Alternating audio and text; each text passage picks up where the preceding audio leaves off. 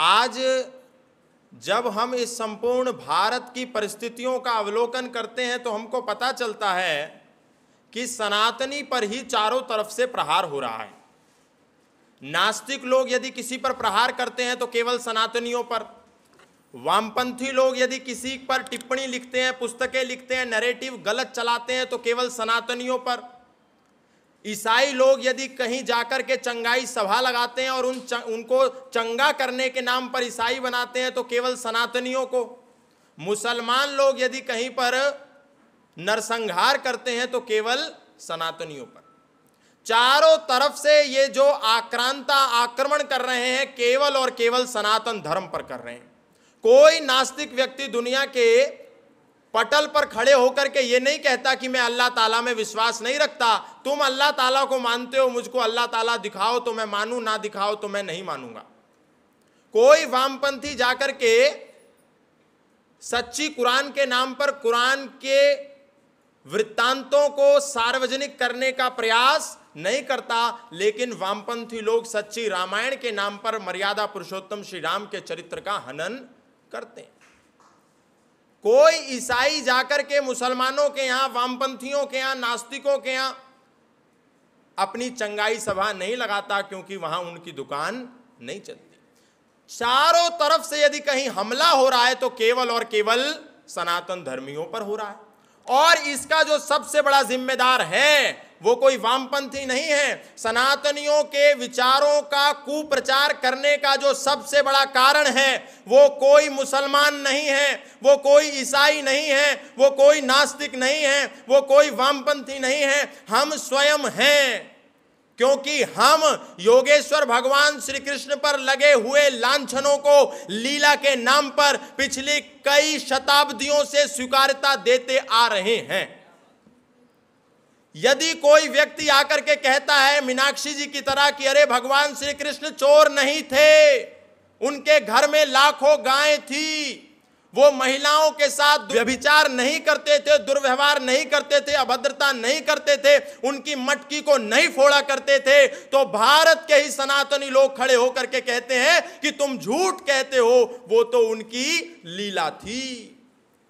और जब कोई हमारे ही समाज से खड़े होकर के योगेश्वर भगवान श्री कृष्ण के उस अमर संदेश को, जिसको आज दुनिया के सभी देश अपने विश्वविद्यालयों में पाठ्यक्रम के रूप में स्वीकार किए हुए हैं, यदि हम में से कोई नौजवान पुष्पेंद्र जी को सुनकर के या विष्णु जी को सुनकर के या मीनाक्षी जी को सुनकर के ये निर्णय लेता है, ये संकल्प लेता है कि अब तो मैं भगवत गीता पढ़ूंगा और भगवत गीता को घर में ले आता है, तो उसके दादा, उसकी दादी, उसकी माँ, उसके पिता उसको रोक देते हैं कि बेटा भगवत गीता जवानी में पढ़ने का काम नहीं है, ये तो बुढ़ापे का काम है। और ये इसीलिए करते हैं कि उनके दिमागों में, उनके मनों में, उनके हृदयों में पिछले कई वर्षों तक गीता के झूठे सार को घुसाया गया कि गीता का सार है, तुम क्या लाए थे, तुम क्या ले जाओगे, तुम क्या व्यर्थ की चिंता करते हो, जो हो रहा है वो अच्छा हो रहा है, जो होगा वो अच्छा होगा, तुम खाली हाथ आए थे खाली हाथ जाओगे, क्यों चिंता करते हो। ये झूठा सार जब हमारे भारत के सनातनियों के बीच में हमारे पाखंडियों ने, हमारे दुराचारियों ने, हमारे विधर्मी लोगों ने जो धर्म का चोगा पहन करके कथाओं के पंडाल में इस झूठे सार को प्रचारित करते रहे, हमारी माताओं के हृदय में जब ये उतर गया और उनके मनों में जब ये घर कर गया, तो उनके बच्चों ने जब गीता उठाई तो उन्होंने ही उनको ये कह करके रोक दिया कि तू गीता पढ़ लेगा तो संत बन जाएगा, गीता पढ़ लेगा तो साधु बन जाएगा, गीता पढ़ लेगा तो महात्मा बन जाएगा, गीता पढ़ लेगा तो बाबा जी बन जाएगा, इसीलिए बेटा गीता मत पढ़।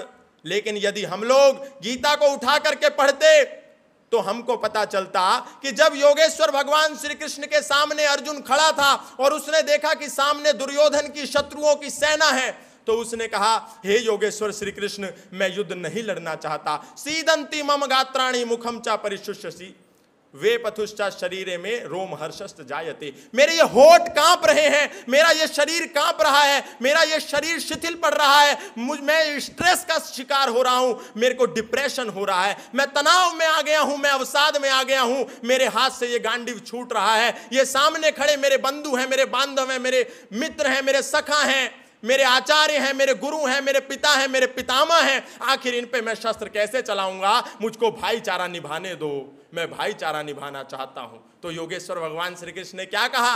हाँ अर्जुन, तू ठीक कहता है, तू क्या लाया था, तू क्या ले जाएगा, तू क्यों व्यर्थ की चिंता करता है? जो तू सोचता है सो अच्छा सोचता है, जो आगे होगा सो अच्छा होगा। तू मर जा, तू मार खा ले, चल हम दोनों मिलकर के जंगल को जाएंगे, वहां पर बढ़िया सी झोपड़ी बनाएंगे, मजे से रोटी खाएंगे और प्रभु के गीत गाएंगे। लेकिन योगेश्वर भगवान श्री कृष्ण ने ऐसा नहीं कहा और उस धर्म युद्ध में खड़े होकर के अर्जुन को एक बहुत उस समय की गाली दी और कहा, क्लैव्यम स्मग महापार्था न तत्त्वत्युपपद्यते क्षुद्रम हृदय दौर्बल्यम त्यक्तोतिष्ठ परम तपा। हे नामर्दी, छोड़, तू क्षत्रिय होकर के, तू योद्धा होकर के नामर्दी दिखाता है, नपुंसकता दिखाता है। क्षत्रियों का काम नपुंसकता दिखाना नहीं है। हतो वा प्राप्स्यसि स्वर्गम जित्वा वा भोक्ष्यसे महीम तस्माद् उत्तिष्ठ कौन्तेय युद्धाय कृत निश्चय। युद्ध कर। तू ये बड़ी वैरागियों जैसी बातें कर रहा है। पंडितों का कार्य है पंडितों जैसी बातें करना, वो उनको करने दे।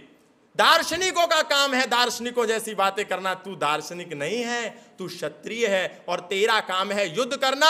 और जिनको तू भाई मान करके भाईचारा निभाने की बात कर रहा है, ये वही लोग हैं जिन्होंने भरी सभा में द्रौपदी के साथ दुर्व्यवहार किया। इसीलिए इनको छोड़ना नहीं है, इनसे युद्ध लड़ना है। अब बताइए, जब हमारा नौजवान गीता के इस संदेश को पढ़ेगा नहीं, जब हमारा बालक गीता के इस संदेश को जानेगा ही नहीं, तो वो शस्त्र की कभी भी बात नहीं करेगा। हमने शास्त्र को इधर फेंक दिया ये कह करके कि घर में महाभारत रख लोगे तो महाभारत हो जाएगी, और शस्त्र को इधर फेंक दिया ये कह करके कि अहिंसा परमो धर्मः। अरे अहिंसा परमो धर्मः, पर धर्म हिंसा तथैव च। सदा अहिंसा सर्वोत्तम मन की कस्तूरी है, पर दुष्ट नहीं माने तो हिंसा बहुत जरूरी है। अरे सोमनाथ का मंदिर टूटा, कहां अहिंसा थी? शकुहुणों ने हमको लूटा, कहां अहिंसा थी? भिक्षुणियों की छाती काटी, कहां अहिंसा थी? जब लाशों से व्यभिचार किया, क्या वहां अहिंसा थी? हिंसक पशु के लिए व्यर्थमय हलवा पूरी है, और दुष्ट नहीं माने तो हिंसा। हमारी संस्कृति कहती है अग्रतश्चतुरः वेदा पृष्ठतः सस्रम धनु इदम ब्रह्मम इदम शस्त्रम शापादपि शरादपि शस्त्रेण रक्षति हि राष्ट्र शास्त्र चर्चा प्रवर्तते। विश्वामित्रादि ऋषियों के यज्ञ हवन भी तभी सफल होते हैं जब पहरे पर स्वयं धनुर्धर राम खड़े होते हैं। लेकिन अब सनातनी ने क्योंकि गीता पढ़ना छोड़ दिया, सनातनी ने क्योंकि महाभारत को घर में रखना छोड़ दिया, सनातनी क्योंकि वेदों को कई 100 हाथियों का बोझा मानता है, इसीलिए वो अपने धर्म ग्रंथों से भी दूर हो गया और शस्त्रों से भी दूर हो गया। आज हमको एक हाथ में माला भी लेने की आवश्यकता है तो दूसरे हाथ में भाला भी लेने की आवश्यकता है। एक हाथ में शांति चाहिए तो दूसरे हाथ में क्रांति भी चाहिए। एक हाथ में शस्त्र चाहिए तो दूसरे हाथ में शास्त्र भी चाहिए।